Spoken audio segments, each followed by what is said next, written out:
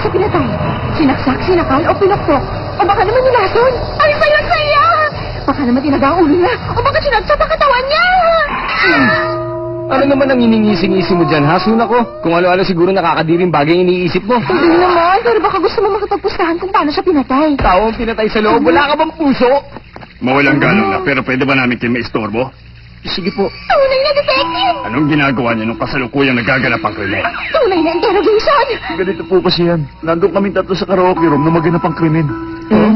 Ganun ba? Tunay na alibay! Oh? At ikaw naman?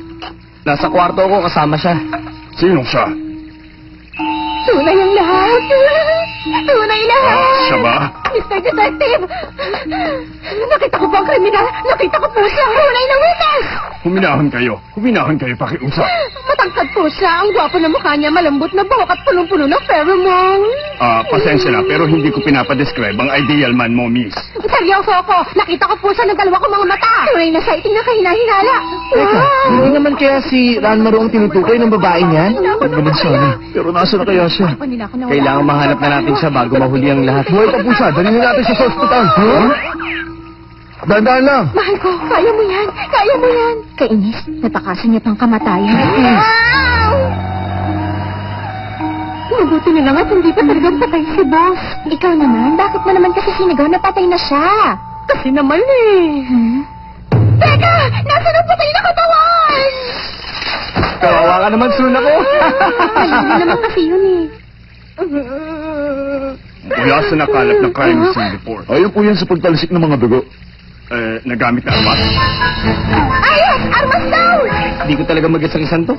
Kaninong dugo ang nandun? Di sa biktima. Kanino pa ba naman yon? Gano'ng karaming dugo? Nabasa po ang sahig ng kwarto sa dugo niya. Magaling, magaling. At ang armas?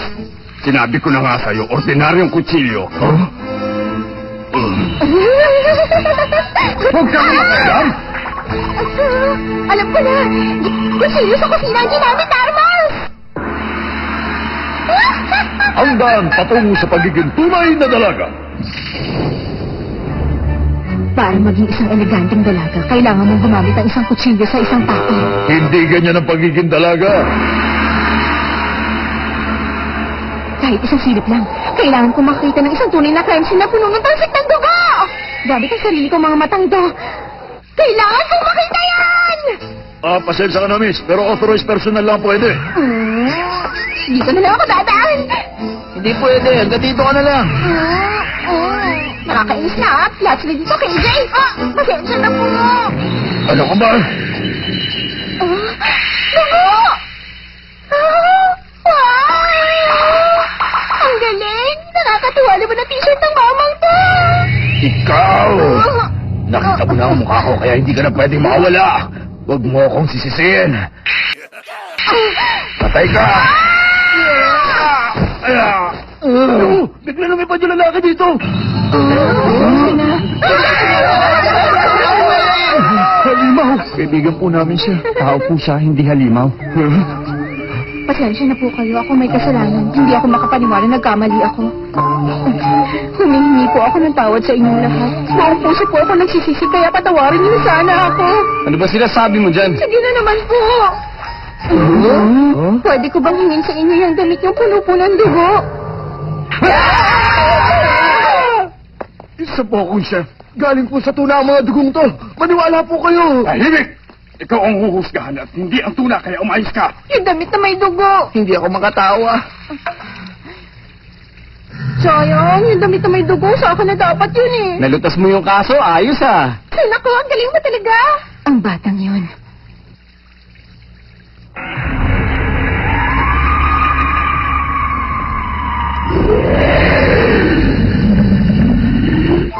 Sayuri, alam kong nahirapan ka. Ayos ka lang ba? Nalaman kong lahat doon sa detective. Talaga? Siya nga pala, Sayuri. Kanina pala. Pagod ka na siguro. Dahil sa akin, nahirapan kayong magkakaibigan. Pasensya na sana kayong lahat.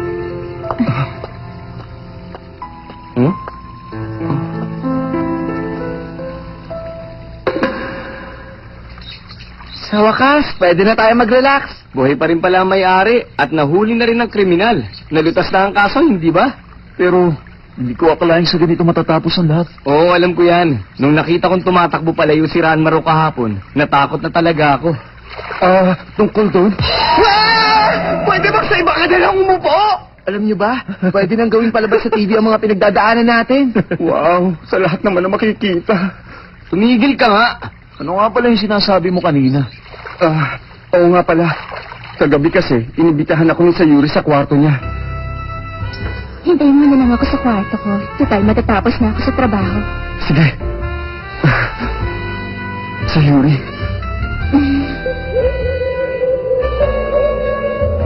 Kaya habang hinihintay ko siyang makatapos sa trabaho niya, gumawa rin ako ng sarili kong paghahanda. Anong paghahanda? Tinatanong pa ba yun? Siyempre mga romantic na bagay. Red roses at wine. Nakakabilib din ang pag-e-effort mo sa mga ganyan, ha? Oo, di ba? Tapos ayun, pumunta ako sa kwarto niya habang hinihintay kong makatapos yung trabaho niya. Yun nga lang. Nakita mo ang bangkay. Hindi siya patay. Oo nga pala. Nang dahil doon, natakot ako kaya bigla ako nagtatakbo palayo. Grabe, hindi ko talaga matik. Simula nung makasama natin si Sunako, dapat nasanay na ako sa horror, pero hindi pa rin pala. Inimbitahan ka niya, di ba? Oo, wow. Ranmaro, hindi kaya... Huh? Anong ingay yun?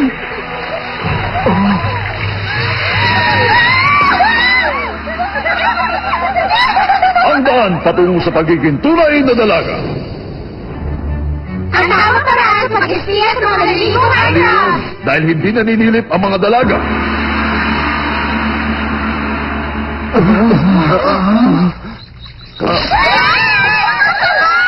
Naninilip kayo tapos bigla kayong hihimatayin. Teka muna, Kyohei. Bigla ko lang naalala. Yuki, hindi ba kahapon kinunan mo ng video ang hot springs dito? Dala mo ba yung camera? Yun ba? Iniram sa akin ng Sunako kagabi eh. Hiniram niya? Ito ang hotel na pinangyarihan ng krimen. Hindi mali pala. Dapat pala, dito sa hotel naganap ang real-life murder. At ito ang tunay na bato. Tunay na puno na nasa hotel na pinangyarihan ng tunay na krimen. Alam mo bang si Chanel ang ginamit ng kriminal? Yun ang kutsilyong ginagamit ng head chef. Nakakadiri talaga, di ba? Ang balita ko nga, hindi pa daw nila nahahanap. Mga masusugid na manonood! Ako po si Sunako nakaharang ang hanap sa nawawalang kutsilyong ginamit ng kriminal! Anong gusto mong inumin? Soda water na lang sa akin. Okay! Huh?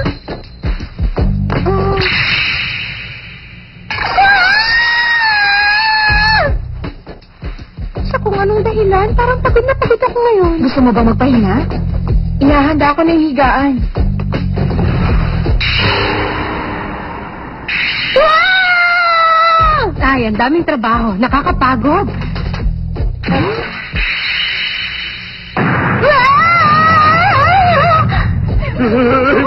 Ano ba tayo ng mga kaibigan? May multo po! Nakita ko siya! Rin po, nagsasabi ako ng totoo! Una, attempted murder, tapos ngayon multo naman, hindi na ito nakakatawa! Imposible naman yata yan. Nakita ko rin po siya, walang biro! Ibalik ko yung bayad ko! Kahit nawawala pa rin ang armas na ginamit ng kriminal, iuulat ko agad sa inyo kapag may lumitaw na kahit anong ebidensya. Sunako! Hindi naman importante pero... Ano bang sinasabi mo dyan? Type siya ni Ranmaro, kaya ayoko masyado magsalita. Mag-iingat ka sa babaeng yun. Ano?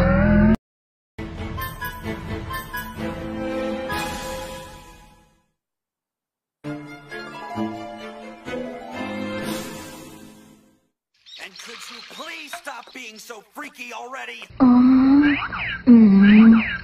Huh? Aba! Wow! Sa wakas, nakakita rin ako ng mga dugo at mukhang sariwa pa. Mukhang may kung anong kaguluhan na nangyari sa banda doon. Hindi ko akalain makakapagdulot ng ganyan karaming dugo ang isang ordinaryong kitchen knife lang. Hindi naman kaya ang tunay na murder weapon ay isang palakol, karit o isang chainsaw kaya. Pero kahit ano pa yon, kailangan ko yung mahanap para mailagay ko yung katabi ng mga palakol na kababa sa formalin. Ano ba yung ginagawa mo dyan, ha? Nakakita ako ng dugo dito, kaya dito ko sana hahanapin ang murder weapon, eh. Dugo? Tama. Ayan o. Hinahanap mo kamang murder weapon? Tama po! Nakakahiya naman sa'yo. Bisita ka kaya hindi mo dapat ginagawa ang ganyang mga bagay ng mag-isa. Mabuti pa samahan na lang kita kung ayos lang sa'yo. Sigurado po ba kayo dyan? Siyempre. May isang lumang bodega sa banda doon kung saan posibleng magtago ng kung ano-anong bagay eh. Talaga? Saan pa banda yun? Halika, sabay na tayo pumunta doon. Okay sa akin yan!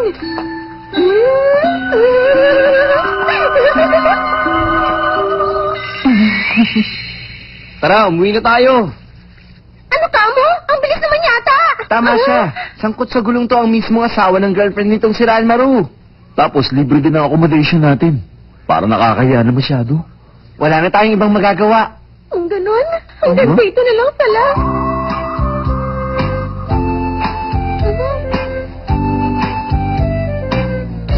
Anong problema, Noy? Pinoproblema mo ba yung libreng dinner natin dito? Ililibre na lang kita minsan. Oo, sige.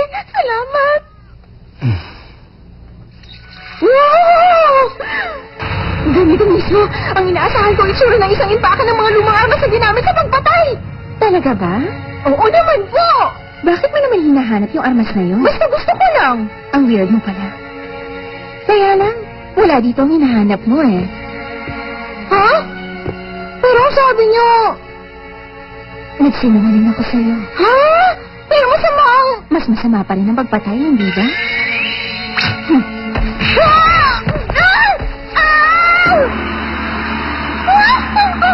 Ang daan patungo sa pagiging tunay na dalaga. Sa mahinhing paraan ng paggapos ng isang tao, una kailangan mo ng taling hindi basta-basta nababata. Mali! Hindi dapat tinuturo yan. Anong ginagawa mo? May katangahan ka rin pala. Dinala na ng mga pulis ang ginamit na armas kagabi. Talaga naman, no? Inaamin ko ako rin na nagkamali doon. Maagang nawala ang dahilan ko para makatakas sa lugar na to. At ang sheriff na tunay na kriminalay na huli na. Kung ganun, ikaw pala talagang... Tunay na mastermind! Tama ka doon. Sinasabi ko sa iyo to dahil katapusan mo na to. Plano ko sanang patayin ang walang silbi kong asawa at i-claim ang insurance ko. Ibenta tong hotel, pagkatapos ay tatakas na ako. Pero ngayon, nasira ng lahat ng balak ko. At hindi na matutuloy ang lahat ng yon. Dahil sa'yo. Kailangan may lagi sa kulungan ng tunay na kriminal! Sa simula pa lang, ayoko na talaga sa'yo eh. Ikaw. Na napapaligiran ng mga nagwagwapuhang lalaki. Kahit isa kang pangit. Ang nababagay sa isang pangit na babaeng gaya mo ay paghihirap. Kaya lang wala sa hot springs nun. Kamatayan ang bagay sa'yo. Maaagnas ka na, pangit. Pangit na babae. Pangit. Pangit ka. Pangit. Pangit. Pangit. Pangit. Pangit. Patawad dahil pangit ako. Patawarin niyo ako. Sayang naman. Nagsialisa na yung ibang mga customer kanina umaga eh. Miss Takahashi, ano po kaya yung nasusunog sa banda ron? Tingnan nyo. Huh? Teka, ano nga ba yun? Ano nga kaya? Hindi kaya yung lumang imbakan ng mga gamit? Pero diba, next week may dapat susunugin yun? Oo nga pala. Baka naman nagsisigalan ng basura si Mr. Yuri. Nakita ko sa kanina papunta dun sa bodega. At oo nga pala, kasama niya rin yung isang bisita dito. Yung nakakatakot na babae. Oh?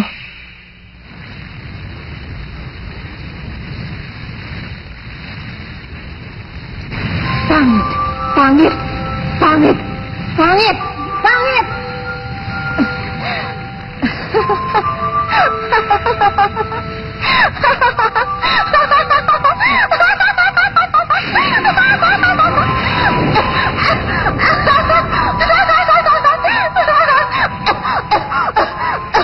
Mamamatay na ako! Itong bagay sa pangit na gaya ko! Ang maagnas na nabubuhay pa! Pangit! Pangit! Pangit! Pangit! Pangit! Pangit! Pangit! Pangit! Pangit! Pangit!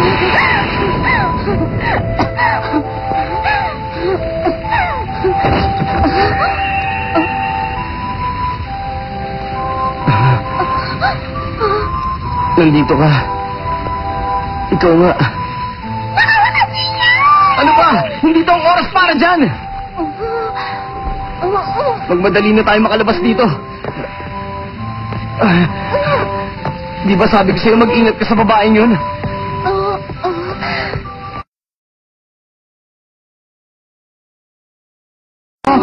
Grabe, oh. Chloe! Ay, sisulak ko! Ayun o, mabuti na lang, oh. Akalain mo yun. Nandun pala sa loob yung bisitang babae. Naku naman, paano nangyari to? Mabuti pa siguro tumawag na kayo ng ambulansya. Ang lakas din naman ng loob mo. Hindi ba't ikaw ang responsable dito? Chloe! Ano ba yung sinasabi mo? Sobrang na ang mga nangyayari. Kaninang umaga ang asawa ko muntik na mawala sa akin. Plano ko sanang patayin ng walang silbi kong asawa. Ano ba yung insurance? Bebenta sa hotel.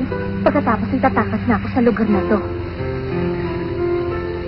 Ikaw, na napapaligiran ng mga nagagwapuhang lalaki. Kahit na isa kang pangit. Tinawag niyang pangit sa suna ko. Ano pinagsasabi niya? Kamatayan ang bagay sa'yo. Mablas ka na pangit. Nakipagsabuatan ka sa chef para patayin ang asawa mo. At pagkatapos, inimbita mo si Ranmaro para ipantakip sa balak mo. Imposible. Nagsisinungaling siya, hindi ba? Ang sabi mo, gusto mo akong makita.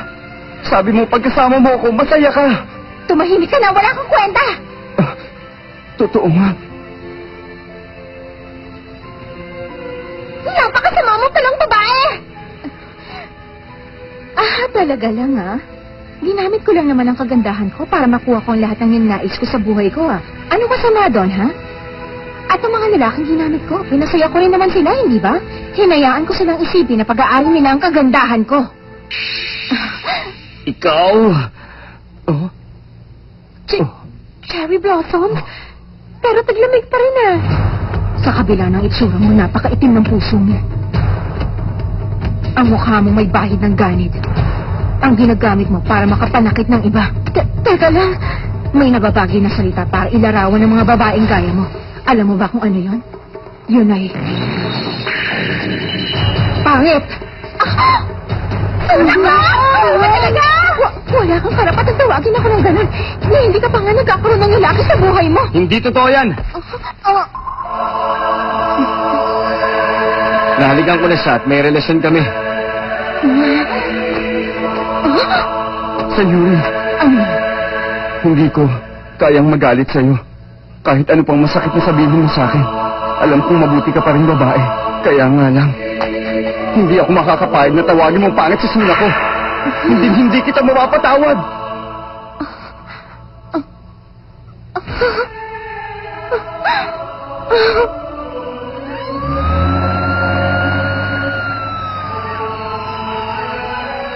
Ranmaro.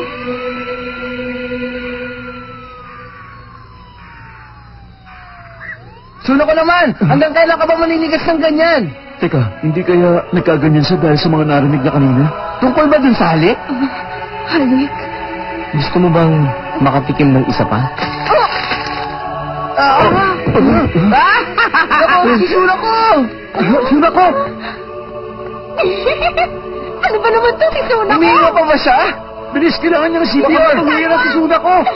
Salamat sa ginawa mo kanina. Maligayang pagbabalik! Sabay sa mga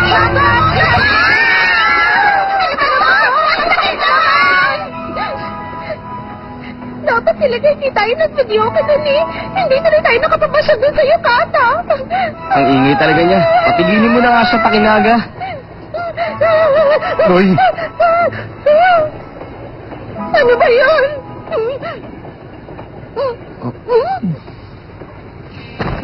Ha? Ano kaya ang tunog na yun? Lagot! Hinimatay si Noyi! Takinaga! Ano pa kasing ginawa mo sa kanya? Wala. Halik!